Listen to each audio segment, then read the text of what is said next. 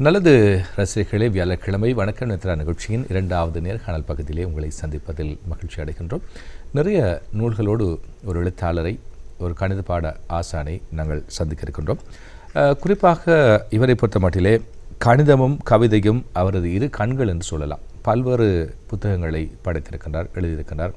அதில் சிறுகதை தொகுதிகளும் இருக்கிறது, கவிதை தொகுதிகளும் இருக்கிறது. அதே போல் கணிதத்தை பற்றிய கணிதத்தோடு தொடர்பட்ட நூல்களும் இருக்கின்றது.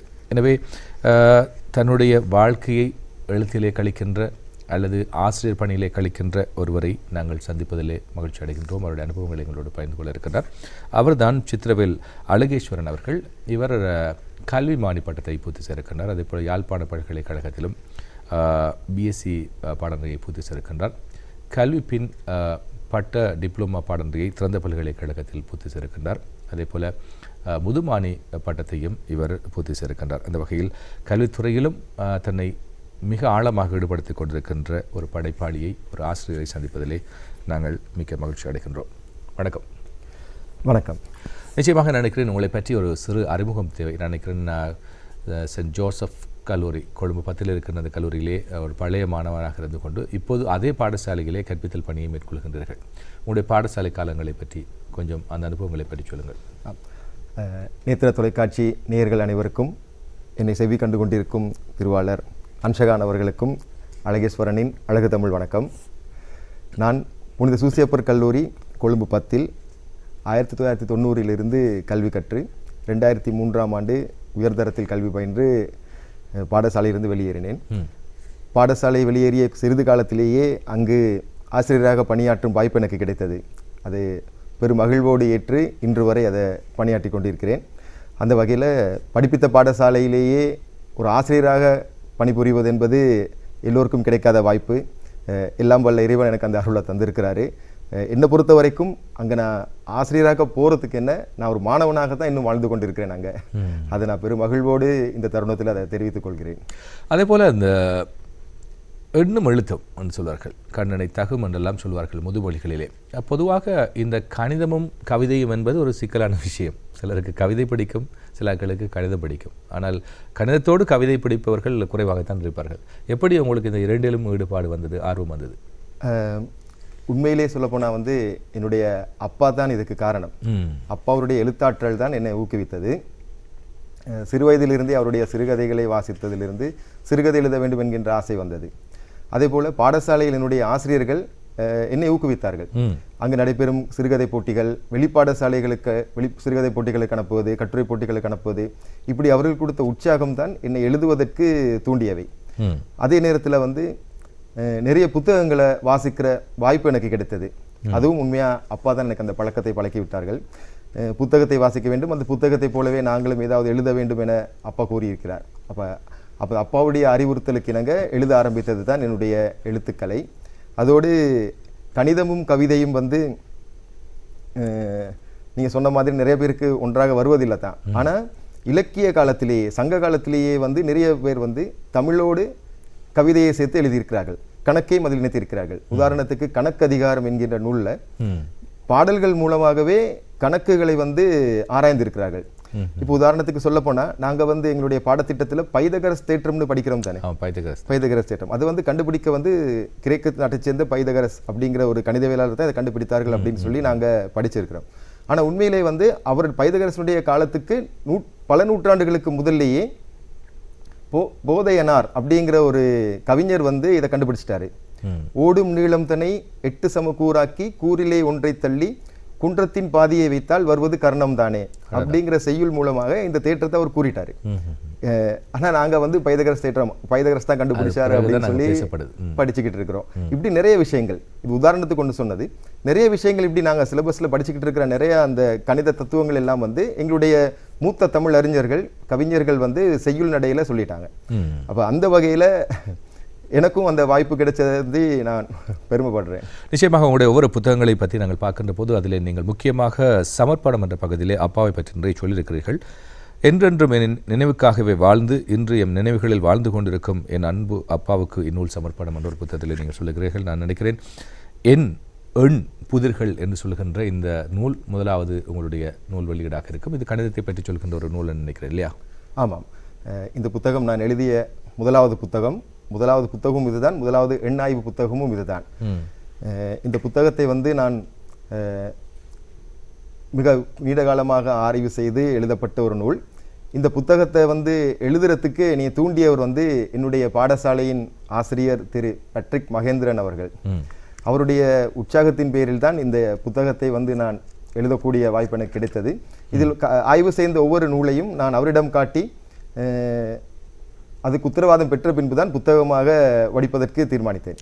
அதே போல என்னுடைய பிரத்யேக வகுப்பு ஆசிரியர் திரு ஏஎம் சந்திரசேகர் அவர்களுடைய ஒரு தூண்டுதலின் பேரில் தான் இந்த புத்தகத்தை வந்து வெளியிட்டது. அவர் கற்பிக்கும் ஒரு அந்த பிரத்யேக வகுப்பு கல்வி நிலையத்தில் தான் இந்த புத்தகத்தை வந்து நாங்கள் வெளியிட்டோம். அதே மாதிரி இன்னொரு பிரத்யேக வகுப்பில் எனக்கு ஆசிரியராக இருந்தவர் தான் திரு தேவசேனாதிபதி சார் அவர்கள். அவருடைய அந்த கல்வி நிலையத்தில் தான் இந்த புத்தகம் முதலாக விஜயதசமி தினத்தன்று வெளியிடறதுக்கு ஆரம்பித்திருந்தோம். அந்த வகையில் என்னுடைய முதல் புத்தகம், இந்த புத்தகம் வந்து என்னுடைய ஆசிரியர்களுடைய மத்தியில் தான் இந்த புத்தகம் வெளிவந்தது. அதையிட்டு நான் மகிழ்ச்சி அடைகிறேன். எண் புதிர்கள்னு சொல்லியிருக்கீங்க. ஆனால் அட்டைப்படம் கொஞ்சம் வித்தியாசமாக இருக்குது, கருப்பு அட்டைப்படமாக காணப்படுது. அதுக்கு எதுவும் காரணங்கள் இருக்குதா? உண்மையிலே வந்து இந்த புத்தகத்தை வந்து நான் எழுதி முடித்து ஆசிரியர்களை காட்டின பிறகு மிச்ச காலமாக அது மூடியே வைக்கப்பட்டிருந்தது. இந்த புத்தகத்துக்கு புத்தக அட்டையை வடிவமைச்சு இந்த புத்தகத்தை நாங்கள் விரைவில் வெளியிடணும், அது விஜயதசமி நாளில் தான் வெளியிடணும் அப்படின்னு சொல்லி என்னுடைய மூத்த சகோதரன் விஞ்ஞான முருகன் சதீஸ்வரன் அண்ணா அவர்கள் தான் இதை வந்து உற்சாகப்படுத்தி வெளியிட்டார். அப்போ அந்த புத்தகத்தின் அட்டையை அவர் வடிவமைக்கும் போது நானும் கேட்டேன், அண்ணா கருப்பு கலரில் அட்டையை வெளியிட்டிருக்கீங்க அப்படின்னு சொல்லி. அப்போ அவர் சொன்னார், சக்திகள் எல்லாம் ஒன்று சேர்ந்தா அது நிறம் கருப்பா. அப்ப இந்த புத்தகத்துல கணித சக்திகள் எல்லாம் நிரம்பி இருக்கு, அப்ப புத்தகத்தை நாங்க வந்து கருப்பு நிறத்துல போடுவோம் அப்படின்னு அவர் போட்டிருக்காரு. அப்ப அவருடைய அந்த வடிவமைப்பு தான் இந்த புத்தக அட்டை. சரி, அதை தொடர்ந்து நீங்கள் இரண்டாவது ஒரு நூலை வெளியிடுகின்றீர்கள் நான் நினைக்கிறேன். சிறகடிக்கும் சிறுகதைகள். கணிதத்திலிருந்து நேரடியாக நீங்கள் சிறுகதைக்குள் போகின்றீர்கள். சிறுகதை தொடர்பான ஆர்வம் உங்களுக்கு எப்போது வருகிறது? எப்போது எழுத வேண்டும் என்ற எண்ணம் வருகிறது? அதான் ஆரம்பத்திலே சொன்னது போல என்னுடைய அப்பா எழுதிய ஒரு சிறுகதை அந்த நாள் ஞாபகம் அப்படிங்கிற தலைப்புல அப்ப எழுதியிருந்தாரு. அந்த அந்த சிறுகதையை வாசிச்சதுக்கு அப்புறம் தான் எனக்கும் எழுதணும் அப்படிங்கிற ஆசை வந்தது. அதைத் தொடர்ந்து சிறுகதை போட்டிகள் பலவற்றில் பங்கு பற்றி நான் அடைந்த வெற்றிகள் வந்து எனக்கு ஊக்கப்படுத்தியது. அதுக்கு பாடசாலை ஆசிரியர்கள் முக்கியமான காரணமா இருந்தாங்க. அப்போ அதை தொடர்ந்து தான் என் சம்பந்தமான ஒரு புத்தகத்தை வெளியிட்டாச்சு. இனி ஏதாவது சிறுகதை புத்தகம் வெளியிடுமே அப்படின்னு ஒரு நோக்கத்தில் எழுதப்பட்ட புத்தகம் தான் அந்த சிறகடிக்கும் சிறுகதைகள். சரி, நான் நினைக்கிறேன் இதில் நிறைய சிறுகதைகள் இருக்கிறது. மீண்டும் வருவாள் பொழுது விடியும், மனிதர்களுக்கு மட்டும்தானா, டியூஷன் ஃபீஸ், அதே போல் அவன் மனசுக்குள்ள கவிதை, சாயம் போன வண்ணாத்தி பூச்சி என்று சொல்லி நிறைய சிறுகதைகளை சேர்த்திருக்கிறீர்கள். இந்த புத்தகத்தை பற்றி சொல்லுங்கள். இந்த புத்தகம் வந்து இதுவும் விஜயதசமி தினங்களில் வெளியிட்ட புத்தகம் தான். ஒவ்வொரு புத்தகமும் ஒவ்வொரு ஆண்டும் விஜயதசமி தினத்தில் வெளியிட வேண்டும் என்ற நோக்கில் எழுதப்பட்ட புத்தகங்கள் இது ஒவ்வொன்றும். இந்த புத்தகத்தையும் வடிவமைச்சது வந்து என்னுடைய மூத்த சகோதரன் சதீஸ்வரன் அண்ணா அவர்கள் தான். அதே போல் இந்த புத்தகத்துக்கு தலைப்பிட்டது என்னுடைய உடன் பிறந்த இரட்டை சகோதரன் சித்திரவேல் சுந்தரேஸ்வரன் அவர்கள் தான். இதுக்கு சிறகடிக்கும் சிறுகதைகள் அப்படின்னு இந்த புத்தகத்துக்கு நாங்கள் பேர் வைப்போம் அப்படின்னு அழகாக அதுக்கு பேர் வச்சு தந்திருந்தாங்க. அதே மாதிரி இந்த புத்தகத்துக்கு ஓவியங்களை வரைஞ்சி தந்தவர் என்னுடைய சக ஆசிரியர், நண்பர், சகோதரனும் சொல்லலாம், எனக்கு உறவினரும் கூட. அவர் வந்து ஒரு சித்திரக்கலை ஆசிரியர் திரு ரதீஷ் அவர்கள். நான் ஒரு கிழமை தான் இருந்தது இந்த புத்தகத்துக்கு இந்த சிறுகதைகளுக்கு ஒரு படம் வரைஞ்சித்தாங்கன்னு கேட்டிருந்தேன். உடனே அவர் அதை வரைஞ்சி தந்திருந்தார். அந்த அழகிய ஓவியங்களோட தான் இந்த புத்தகம் வெளியிட்டிருக்கிறேன் நான். இதில் நிறைய சிறுகதைகள் இருக்கிறது, அதில் குறிப்பிட்டு சொல்லக்கூடிய சிறுகதைகள் இருக்கிறதா? இந்த புத்தகத்தில் வந்து நிறைய சிறுகதைகள் வந்து பத்திரிகைகளில் வெளிவந்த சிறுகதைகள் தொகுப்பாச்சு. ஆமாம், ரெண்டு மூணு சிறுகதைகள் வந்து பத்திரிகைகளில் வெளிவந்திருக்கு. அதை வந்து இதில் சேர்த்திருக்கிறேன் நான். அடுத்ததாக எண்களின் விந்தைகளும் விளையாட்டுகளும், இதை பற்றி சொல்லுங்கள். இதுவும் ஒரு கணித ஆய்வு நூல் தான். இந்த கணித ஆய்வு நூலும் வந்து எப்படின்னு சொன்னால், நேரம் கிடைக்கும் போது எண்களை வச்சு நான் விளையாட்டுகளை தயாரிக்கலாமே அப்படின்னு ஒரு எண்ணம் ஒன்று வந்தது. இப்போ மாணவர்களுக்கு இலகு முறையில் எப்படி கணிதத்தை கற்பிக்கலாம், அதுவும் எண்களோடு விளையாடும் பொழுது அவர்களுக்கும் ஒரு ஆர்வம் ஒன்று கிடைக்கும். இப்போ யாருமே பார்த்தோம்னு சொன்னால் எண்களை கொண்டு படிக்கிறதை விட விளையாடுவதில் தான் ஆர்வம் செலுத்துகிறாங்க. இப்போ சின்ன பிள்ளைகள் கூட நாங்கள் விளையாடுவோமா அப்படின்னு கேட்டால், மனசுக்குள்ள ஒரு நம்பரை நினைங்க, இதை கூட்டுங்க, அதை கழிங்க, இதை பெருக்குங்க, இப்போ உங்களுக்கு இந்த விட தானே வந்தது அப்படின்னு சொல்லி விளையாட ஆரம்பிப்பாங்க. இப்போ அப்படியான எண்களை கொண்டு நிறைய விளையாட்டுகளை தயாரிக்கலாமே அப்படிங்கிற நோக்கத்தில் எண்களை கொண்டு தயாரிக்கப்பட்ட இந்த புத்தகம் தான் எண்களின் விந்தைகளும் விளையாட்டுகளும்.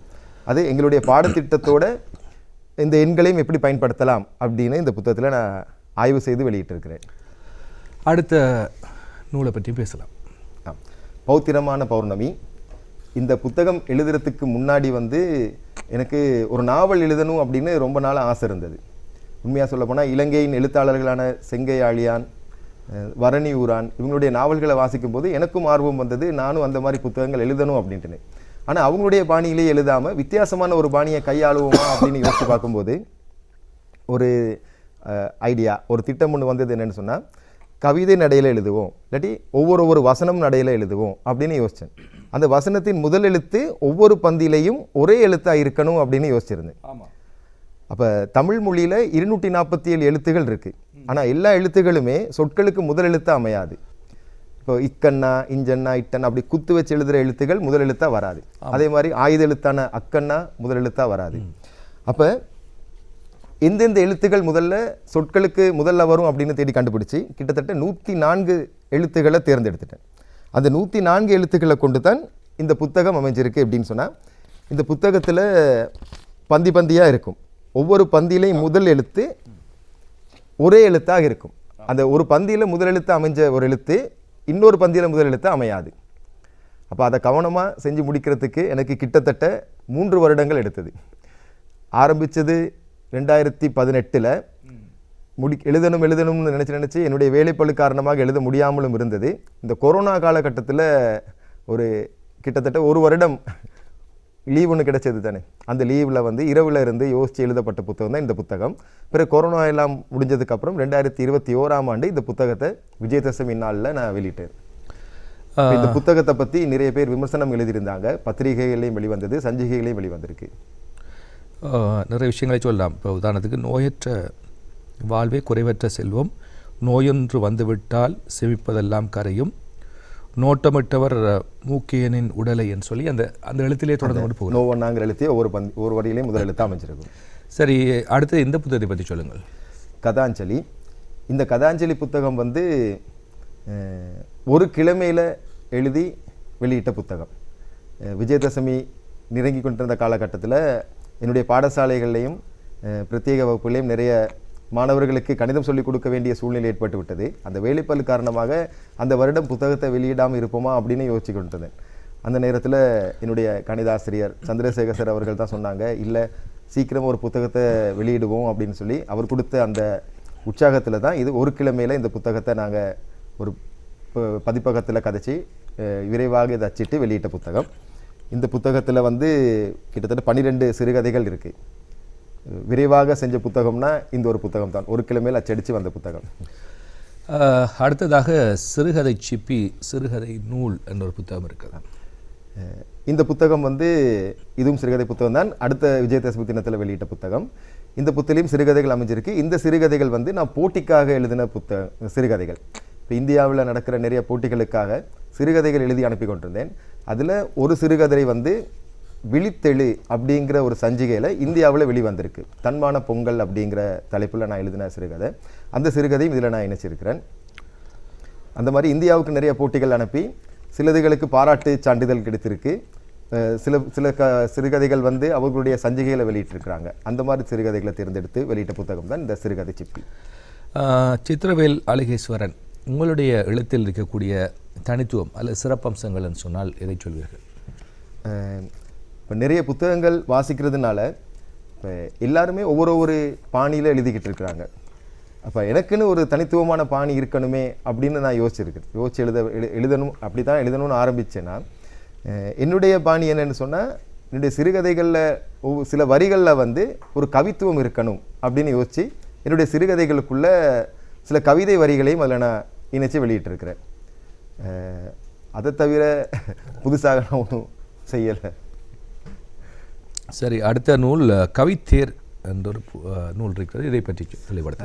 இது ஆன்மீகம் சம்பந்தமான கவிதைகள், எல்லாமே சாமியை பற்றின கவிதைகள் தான். எல்லா மதத்தில் இருக்கிற தெய்வங்களையும் நான் போற்றி அவங்கள வழிபட்டு எழுதிய கவிதைகள் இது. இது முகநூலில் நான் போட்ட கவிதைகளை தேர்ந்தெடுத்து ஒரு தொகுப்பாக வெளியிடணும் அப்படின்னு ஆசைப்பட்டு வெளியிட்ட புத்தகம் தான் இந்த கவித்தேர். நான் நினைக்கிறேன் நீங்கள் முகநூலில் கூட சில புகைப்படங்களுக்கு எழுதுகின்ற கவிதைகள் வரவேற்பை பெற்றிருக்குது இல்லையா? ஆமாம், இந்தியாவில் கூட பல அமைப்புகளுக்கு நான் எழுதின கவிதைகளுக்கு வெற்றி சான்றிதழ்கள் கிடைத்திருக்கு. அதே மாதிரி நிறைய பேர் அதுக்கு பாராட்டுகள் தெரிவிச்சிருக்கிறாங்க, கருத்துக்கள் தெரிவிச்சிருக்கிறாங்க. அவங்களுடைய கருத்துகளும் பாராட்டுகளும் தான் கவிதை எழுதுறதுக்கு எனக்கு உண்மையாகவே தூண்டுகோலாக அமைந்தது. அதே போல் உங்களுடைய குடும்பத்தில் நீங்கள் மட்டும்தான் இந்த படைப்போடு இருக்கிறீர்களா அல்லது உங்களுடைய சகோதரர்களும் இந்த படைப்பில் ஆர்வம் காட்டுகிறார்களா? என்னுடைய இரட்டை சகோதரன், எனக்கு முதல்ல பிறந்தவர் சித்திரவேல் சுந்தரேஸ்வரன். அவரும் சிறுகதை எழுதுவார், கவிதை எழுதுவார், நிறைய எழுத்தாக்கங்கள் இருக்குது அவர்கிட்டையும், பாடல்கள் எழுதியிருக்கிறாரு. அவர் எழுதின ஒரு புத்தகம் இன்றைக்கு நான் கொண்டு வந்திருக்கிறேன். அந்த புத்தகம் விஸ்வகர்மா சாமியை பற்றின ஒரு ஆன்மீக புத்தகம். விராட் விஸ்வகர்மா அப்படிங்கிற ஒரு புத்தகம் தான் அது. அது கடந்த வருடம் அவர் அந்த புத்தகத்தை வெளியிட்டிருந்தார். இதில் என்ன உள்ளடங்கப்பட்டிருக்கிறது? இது விஸ்வகர்மா சாமி அவரை பற்றின நிறைய விடயங்கள் அந்த புத்தகத்தில் இருக்குது. அவருடைய தொழில் என்ன, அவர் செய்த சேவைகள் என்ன, இப்போ உண்மையாக சொல்ல போனால் இலங்கை திருநாடும் அவர் படைக்கப்பட்டது தான் அப்படிங்கிற அந்த வரலாறுகளும் இந்த புத்தகத்தில் அவர் தொகுத்து எழுதியிருக்கிறார். அடுத்ததாக நாங்கள் எதிர்பார்க்க இருக்கின்ற ஒரு நூல் கணித சுரப்பி. இதை பற்றி சொல்லுங்கள். நினைக்கிறேன் இன்னும் வெளியிடவில்லை. இந்த புத்தகம் இன்னும் வெளிவரவில்லை, இப்போதான் அச்சிட்டு கொண்டிருக்கிறார்கள். உண்மையிலே சொல்லப்போனால் இந்த புத்தகம் போன வருடம் வெளிவந்திருக்க வேண்டிய ஒரு புத்தகம். சில காரணங்களால் இதை வெளியிட முடியாமல் போயிடுச்சு. அப்போ இப்போ அந்த புத்தகத்தை அச்சிட்டு கொண்டிருக்கிறார்கள். இந்த வருடம் இந்த புத்தகம் வெளிவரும், விஜயதசமி தினத்தில் வெளிவரும். இதோட இன்னொரு சிறுகதை புத்தகம் ஒன்றும் நான் எழுதி கொண்டிருக்கிறேன். முடிந்தால் அந்த புத்தகத்தையும் இந்த புத்தகத்தையும் ஒன்றாக வெளியிடுவதற்கு ஒரு எண்ணம் இருக்கிறது. ஏன் இந்த நூல்களை நீங்கள் விஜயதசமி தினத்திலே வெளியிட வேண்டும் என்று நினைக்கின்றீர்கள்? நான் ஆரம்பத்திலேயே சொன்ன மாதிரி என்னுடைய அந்த பெரியமாட மகன் மூத்த அண்ணா விஞ்ஞான முருகன் சதீஸ்வரன் அண்ணா அவர்களுடைய அந்த தேர்வு தான் அந்த நாள். விஜயதசமி என்று சொன்னால் வெற்றிக்குரிய நாள். அப்போ அந்த நாளில் நாங்கள் எதுவும் தொடங்கினோம்னு சொன்னால் அது எங்களுடைய வாழ்க்கை பூரா அந்த வெற்றியை தந்து கொண்டே இருக்கும் அப்படின்னு அவர் தான் அந்த நாளை தேர்ந்தெடுத்தார். உண்மையிலேயே சொல்லப்போனால் அந்த நாள் உண்மையிலேயே வெற்றி தந்து கொடுத்தான் இருக்கிறது. நான் ஆரம்பத்தில் சின்னதாக ஆரம்பித்தது தான் இந்த புத்தக வெளியீடு. ஒரு புத்தகத்தை எழுதுவோம் அப்படின்னு யோசிச்சது. ஆனால் இன்னும் அது என்னை தொடர்ந்து எழுத தூண்டிக்கொண்டே இருக்கிறது. அதனால் அந்த விஜயதசமி தினத்திலே வெளியிடுவோம். அப்போ தான் அடுத்தடுத்து இன்னும் புத்தகங்கள் எழுதுவதற்கு எனக்கு சக்தி கிடைக்கும் அப்படிங்கிற ஒரு நம்பிக்கை. அதே போல் நான் நினைக்கிறேன் உங்களோட துறை சார்ந்த நூல்களை பற்றியும் பார்க்கலாம். இதை பற்றி சொல்லுங்கள். இது நானும் எனது சகோதரன் சுந்தரேஸ்வரன் அவரும் இணைந்து எழுதிய முதலாவது புத்தகம். அதாவது இந்த ஓலெவல் பரீட்சைக்கு தயாராகும் மாணவர்களுக்கு அவர்கள் கணிதத்துறையில் சித்தி பெறுவதற்காக நாங்கள் எழுதிய ஒரு மாடல் புத்தகம். கணிதத்தின் சம்பந்தமானது பரீட்சைக்கு தோற்றும் மாணவர்களுக்கு ஒரு உத்வேகத்தையும் உற்சாகத்தையும் அளிக்க வேண்டும் என்ற நோக்கில் அதில் 3 பாஸ் பேப்பர் மாடல் மாதிரி நாங்கள் எழுதின ஒரு புத்தகம். இந்த புத்தகம் கணிதக்கணிகள் 1050 கேள்விகள் இந்த புத்தகத்தில் இருக்குது. அதாவது கணித மாணவர்கள் பரீட்சையில் முதலாம் பகுதி வினாக்களுக்கு விடை எழுதுவதற்கு சில பேர் கஷ்டப்பட்டு கொண்டிருந்தாங்க. அப்போ அவங்களுக்கு ஒரு ஆர்வத்தை ஏற்படுத்துறதுக்காகவும் அவங்களுக்கு நம்பிக்கை ஏற்படுத்துறதுக்காகவும் அது சம்பந்தமான 1050 கேள்விகளை எழுதின புத்தகம் தான் அந்த புத்தகம். இந்த புத்தகம் என்னுடைய கணித ஆசிரியர் திரு பேட்ரிக் மகேந்திரன் அவர்களோடு இணைந்து நான் எழுதின புத்தகம். இதில் அவருடைய பல அந்த ட்ரிக்கியான கேள்விகள், கஷ்டமான கேள்விகள், கணிதத்தில் ஆர்வத்தை ஏற்படுத்துகிறமான கேள்விகள் அவர் எழுதியிருந்தார். அவரோடு இணைந்து நானும் என்னுடைய கேள்விகளையும் அதில் இணைத்து அந்த புத்தகத்தை வெளியிட்டிருந்தோம். இது கணிதம் சம்பந்தமான கேள்விகள். ஒவ்வொரு பாடப்பரப்பிலையும் இருக்கிற முக்கியமான கேள்விகள், வினாக்களாக வரக்கூடிய கேள்விகள், பரீட்சைக்கு ஏதுவான கேள்விகளை தொகுத்து எழுதின புத்தகம் தான் நீங்கள் இறுதியாக காட்டின அந்த புத்தகம். அதே போல் நீங்கள் நினைக்கிறேன் அலைக்கலை வட்டத்தினுடைய செயலாளராக கூட இருக்கிறீர்கள். இந்த அலைக்கலை வட்டம் அதனுடைய செயற்பாடுகள் பற்றியும் கொஞ்சம் தெளிவுபடுத்துங்கள். புதிய அலைக்கலை வட்டம்னு ஒரு அமைப்பு. இந்த அமைப்பு 46 வருடங்களாக இலங்கையில் செயற்பட்டு கொண்டிருக்குது. கொழும்புல தான் அதனுடைய இயங்கிக் கொண்டிருக்கிறார்கள். திரு ராதா மேத்தா ஐயா அவர்கள் தான் இந்த அமைப்பினுடைய நிறுவனர். அவர் பல காலமாக கலாமித்ரா அப்படிங்கிற ஒரு விருது விழாவை நடத்தி கொண்டிருக்கிறாரு. அதில் கலைஞர்களுக்கு கலாமித்ரா என்னும் பட்டம் சூட்டி கௌரவிச்சு கொண்டிருக்கிறாங்க. அதோட கலையோட சம்பந்தப்பட்ட கலைஞர்களுக்கு, கலைக்காக சேவை செய்கிறவங்க, கலைஞர்களுக்காக சேவை செய்கிறவங்களுக்கும் அதில் விருதுகள் வழங்கி கௌரவிச்சு கொண்டிருக்கிறாங்க. அந்த வகையில் போன மாதம் நாங்கள் சிறுகதை போட்டி, கவிதை போட்டி, நடன போட்டி, இப்போ ஓவிய போட்டி, இந்த மாதிரி போட்டிகள்லாம் நடத்தி அதில் வெற்றி பெற்றவர்களுக்கும் நாங்கள் சான்றிதழ்கள் வழங்கியிருக்கிறோம். ஒவ்வொரு வருடமும் இந்த மாதிரி அவங்க செய்து கொண்டு வர்றாங்க.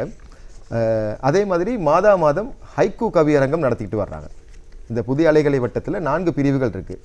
பிரதான நிர்வாக குழு, மகளிர் அணி, இளைஞர் அணி, நல உதயம் அப்படிங்கிற 4 பிரிவுகள் இருக்குது. அதில் ஒவ்வொரு பிரிவுகளும் ஒவ்வொரு செயற்பாடுகளில் ஈடுபட்டு கொண்டு வர்றாங்க. அதில் பிரதான நிர்வாக குழு வந்து இந்த நான் சொன்ன மாதிரி கலாமித்ரா அந்த விருது விழாவை முன்னிட்டு பல செயற்பாடுகளை செய்து கலைஞர்களை ஊக்குவிச்சுக்கிட்டு வர்றாங்க. இளைஞர் அணி வந்து ஒவ்வொரு மாதமும் ஹைக்கூ கவியரங்கம் நடத்தி பல கவிஞர்களை உருவாக்கி கொண்டிருக்கிறார்கள்.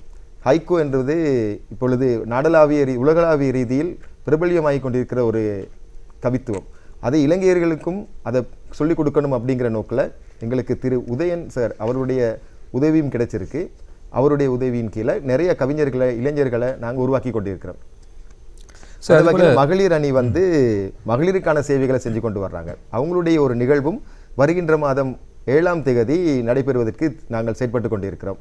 அதாவது வந்து பெண்மையை பாராட்டணும் போற்றணும் அப்படிங்கிற நோக்கம் தான். உண்மையிலே சொல்லப்போனால் பாரதியார் சொன்ன மாதிரி பெண்மையை போற்றி கொண்டாடுவோம் அப்படிங்கிற எண்ணத்தில் தான் அவங்க கடந்த நிறைய காலமாக செஞ்சு கொண்டு வர்றாங்க. இந்த வருடம் வருகின்ற மாதம் 7ஆம் தேதி அவங்களுடைய ஒரு நிகழ்வு நடைபெறுவதற்கு இருக்கிறது. கவித்தேர் என்ற நூலிலிருந்து ஒரு சில கவிதைகளை உங்களுடைய குரலிலே கேட்க வேண்டும் என்று நான் நினைக்கிறேன். ரசிகர்களும் சில வேளைகளில் நினைக்கலாம். எனவே அவர்களுக்காக உங்களுக்கு பிடித்த சில கவிதைகளை அந்த நூலிலிருந்து தருவீர்களா? நிச்சயமாக. இது சிவனை பற்றி எழுதின ஒரு கவிதை. என் இதயத்தில் உன் நடனம் இடைவிடாது துடிக்கட்டும், நீ ஓய்வடியும் நொடிதனில் அடியேன் உன் திருவடியில். என் இதயத்தில் உன் நடனம் இடைவிடாது துடிக்கட்டும், நீ ஓய்வடியும் நொடிதனில் அடியேன் உன் திருவடியில். வானளவு புகழ் வேண்டாம், கடலளவு பொருள் வேண்டாம், உன் காலடியில் பணிந்திருக்க எள்ளளவு இடம் போதும். சிவநாமம் உச்சரிக்க பேரானந்தம் பெருக்கெடுக்கும், மறுபிறவி அறுத்தொழிக்க அது ஒன்றே வழிவகுக்கும். அதே போல் இயேசுநாதரை பற்றி எழுதின ஒரு கவிதை. இமைமூடி வணங்குகின்றேன், உமையெண்ணி கலங்குகின்றேன், பாரினில் நீ பட்ட பாடுகளே நினைக்கின்றேன், என் விழி சிந்தும் நீர்த்துளிகளால் நின்பாதம் தன்னை நனைக்கின்றேன், உன்முகம் வடித்த குருதியினை என் அகமுழுதும் நிரப்புகின்றேன், நீ எமக்களித்த அன்பதனை அனைவருக்கும் பரப்புகின்றேன். அதே மாதிரி அல்லா தெய்வத்தை பற்றியும் ஒரு சிறு கவிதை. அகமகிழ்ந்து அன்பை பகிர்வதை விட இன்னோர் இன்பம் உண்டோ, அல்லாவின் நாமத்தில் இதைவிட வேறொரு பொருள் உண்டோ என்கின்ற கவிதையும் அதுதான். சரி, அருமையான கவிதைகள் நிச்சயமாக நன்றாக இருக்கிறது. அதே போல் உங்களுடைய தந்தையை பற்றி நீங்கள் அதிகமாக நேசிக்கும் ஒருவராக இருக்கிறீர்கள். உங்களுடைய தந்தையை பற்றி சொல்வதாக இருந்தால் ஒரு சில வரிகளில் எப்படி சொல்லலாம்? என்னுடைய தந்தை என்னால் எல்லா நூல்களிலும் சமர்ப்பணம் அவருக்காக எழுதியிருக்கிறீர்கள். இந்த நூலை பொறுத்த மட்டிலே எண்களின் விந்தைகளும் விளையாட்டும் என்ற நூலிலே என் உடல் பாரம் தாங்கிய உள்ளம் கைகள், என் பாதங்கள் பதிக்க இடம் கொடுத்த மார்பு, என்னை உயரத்தில் அமரச் செய்த தோள்கள், என்னை வடி கொடுத்து தட்டி கொடுத்த விரல்கள், என்னை எப்போதும் பாதுகாத்து வாழ்ந்த கண்கள், என்னிடம் எதையும் எதிர்பாராமல் என் கன்னங்களில் ஒட்டிக்கொண்ட அன்பு முத்தங்கள், அவற்றை வழங்கிய உதடுகள், எம்மையே சுமந்து துடித்த இதயம், துணையாக இருந்து இத்தனையும் நல்கிய என் தந்தையே, இடையாக வழங்க ஒன்றுமில்லை என்னிடம், இந்நூல் தங்களுக்கே சமர்ப்பணம் என்று அழகான ஒரு சமர்ப்பணத்தை கொடுத்திருக்கிறார்கள். உண்மையாக ஒரு தந்தையாக இருந்தால் நிச்சயமாக இதைவிட ஒரு கௌரவம் ஒரு கிடைக்காது நினைக்கிறேன். நிச்சயமாக என்னுடைய நாயகன் என்னுடைய அப்பா தான். அவருடைய தூண்டுதல் பேரில் தான் எனக்கு எழுத்துக்களையே உருவானது. அப்போ என்றைக்கும் அவரை மறக்கக்கூடாது அப்படிங்கிறதுனால தான் இந்த புத்தகத்தை நான் வெளியிட்டிருக்கிறேன். என்னுடைய முதல் புத்தகம் வெளிவரதற்கு முதலே என்னுடைய அப்பா காலமாகிட்டார். அப்போ நான் படித்து கொண்டிருக்கிறேன், A-level உயர்தரம் கல்வி படித்து கொண்டிருக்கிற நேரமே என்னுடைய அப்பா காலமாகிட்டார். இருந்தாலும் என்னுடைய நெஞ்சில் அவர் வாழ்ந்து கொண்டு தான் இருக்கிறார் என்றைக்கும். இப்போ எந்த புத்தகத்தை எழுதினாலும் அவருக்கே இந்த சமர்ப்பணமாக நான் சமர்ப்பித்து கொண்டிருக்கிறேன் அந்த புத்தகங்களை. இறுதியாக நீங்கள் சொல்ல வேண்டும், நீங்கள் ஒரு துறை சார்ந்த கணித பாட ஆசிரியராக இருக்கிறீர்கள். கணிதம் கஷ்டம் என்று சொல்கின்ற மாணவர்களுக்கு நீங்கள் சொல்லக்கூடிய ஆலோசனை ஒரு ஆசானாக எதுவாக இருக்குது? கடினம்னு உண்மையாக உலகத்தில் எதுவுமே இல்லை தானே. முயற்சி செய்தால் வெற்றி அடையலாம், முயற்சி திருவினையாக்கும். திருவள்ளுவரே சொல்லியிருக்காரு, தெய்வத்தால் ஆகாதெனும் முயற்சி தான் மெய்வர்த்த கூலி தரும் அப்படின்னு சொல்லி. முயற்சி பண்ணணும், நிறைய கணக்குகளை செஞ்சு பழகணும், நிறைய பயிற்சிகள் செய்யணும், தொடர்ந்து செஞ்சு கொண்டே இருக்க அந்த கணிதம் வந்து உண்மையிலே கரும்பு போல் இனிக்கக்கூடிய ஒன்றாக மாறிவிடும். அதற்கு தான் ஆசிரியர்கள் உங்களுக்கு உதவி செய்கிறதுக்கு இருக்கிறாங்க. மாணவர்கள் கடினம்னு நினைக்காம பயிற்சி செய்யுங்க, தொடர்ந்து பயிற்சி செய்யணும். அதே போல தான் இந்த எழுத்துக்களையும். சில பேர் எனக்கு கவிதை எழுத வராது, உண்மையிலேயே சொல்ல போனால் நான் படிக்கிற காலத்தில் கவிதை போட்டியில் பங்கு பற்றினதே இல்லை. கவிதை போட்டி வந்தால் பயம், எனக்கு கவிதை எழுத வராதோ அப்படின்னு சொல்லி நான் கட்டுரைக்கும் சிறுகதைக்கும் தான் ஓடி போவேன். ஆனால் அதுக்கு பிறகு பாடசாலையிலிருந்து வெளியின பிறகு தான் இந்த முகநூலில் வந்து கவிதை எழுதி பார்ப்போமே அப்படின்னு கொஞ்சம் கொஞ்சமாக எழுதி பழகி பிறகு நிறைய புத்தகங்கள் வாசித்து கவிஞர்களுடைய கவிதைகளை கேட்டு அதுக்கு பிறகு எழுத ஆரம்பித்தது தான் என்னுடைய கவிதை. ஆனால் இப்போது என்னுடைய சிறுகதை சான்றிதழ்களை விட கவிதைக்கு கிடைத்த சான்றிதழ்கள் தான் அதிகமாக இருக்கிறது. அப்போ அந்த வகையில் தான் இருக்கிற இளைஞர்களுக்கும் எழுதணும் ஆசைப்படுறவங்களுக்கும் நான் சொல்கிற அறிவுரைன்னு இல்லை, என்னுடைய வழிகாட்டல் அனுபவம்.